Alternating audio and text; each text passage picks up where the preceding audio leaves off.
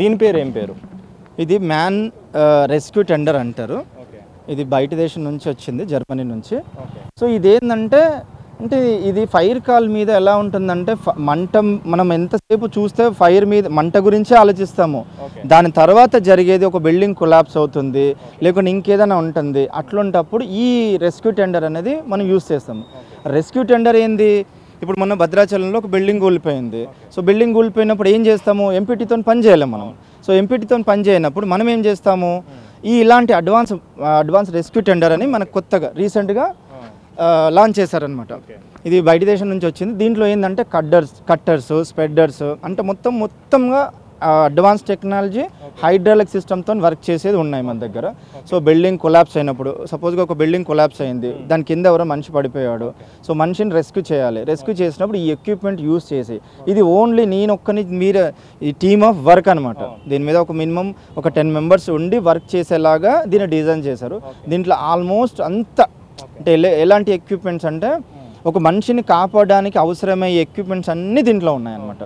So ఇది ఎలాంటిదంటే, so ఇప్పుడు కెమికల్ రియాక్షన్ ఉంది. సో బిల్డింగ్ కొలాప్స్ అయింది, అది ఎక్కడ ఉంది, ఏ మెటీరియల్ ఉందో తెలియదు మనకు. దీంట్లో BA సెట్స్ ఉంటాయి, సో కెమికల్ సూట్స్ ఉంటాయి, హైడ్రాలిక్ కట్టర్స్ ఉంటాయి, స్ప్రెడర్స్ ఉంటాయి. So variant types of equipments ఉంటాయి.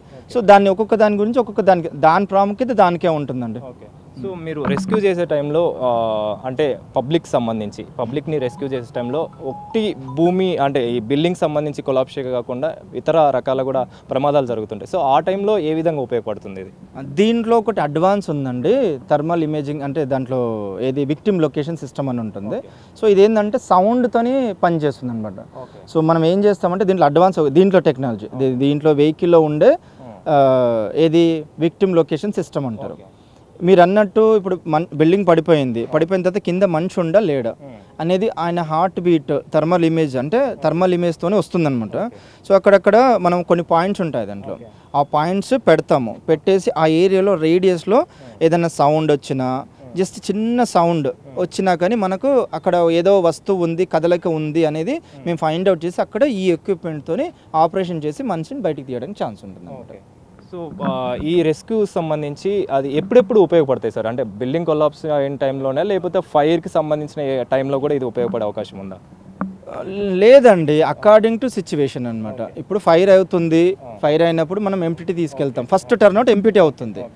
అక్కడికి వెళ్ళిన తర్వాత ఫస్ట్ రెస్పాండ్, ఇప్పుడు మా మెన్ ఉంటారు, సో మా ఆఫీసర్స్ ఉంటారు. ఉన్న తర్వాత అక్కడ డెసిషన్ అంటే సో అవసరం ఏంది, సో సిచ్యువేషన్ ఏంది అనేది చూసి దాన్ని బట్టి బిల్డింగ్ కొలాప్స్ అయ్యే ప్రమాదం ఉంది, కొలాప్స్ అయ్యింది, సో అప్పుడు ఈ రెస్క్యూ టెండర్ టర్న్అవుట్ చేస్తాం. కొన్ని సిచ్యువేషన్లో ప్రమాదాలు అనేవి అంటే బిల్డింగ్స్ సంబంధించి హైరైజ్ బిల్డింగ్స్లలో కూడా చాలా వరకు కూడా ఇరుక్కుపోయి ఉంటారు. వాళ్ళని కాపాడే టైంలో ఇది ఎలా ఉపయోగపడుతుంది అంటే దీంట్లో కొన్ని ఎక్విప్మెంట్స్ ఉన్నాయండి, రోప్తోని చేసే ఉంటాయి. సో ఇప్పుడు ఆక్టోపస్ వాళ్ళు, గ్రేహౌండ్స్ వాళ్ళు బిల్డింగ్ నుంచి రోప్స్తో దిగుతారా, అలాంటి ఎక్విప్మెంట్ మన దగ్గర ఉంది.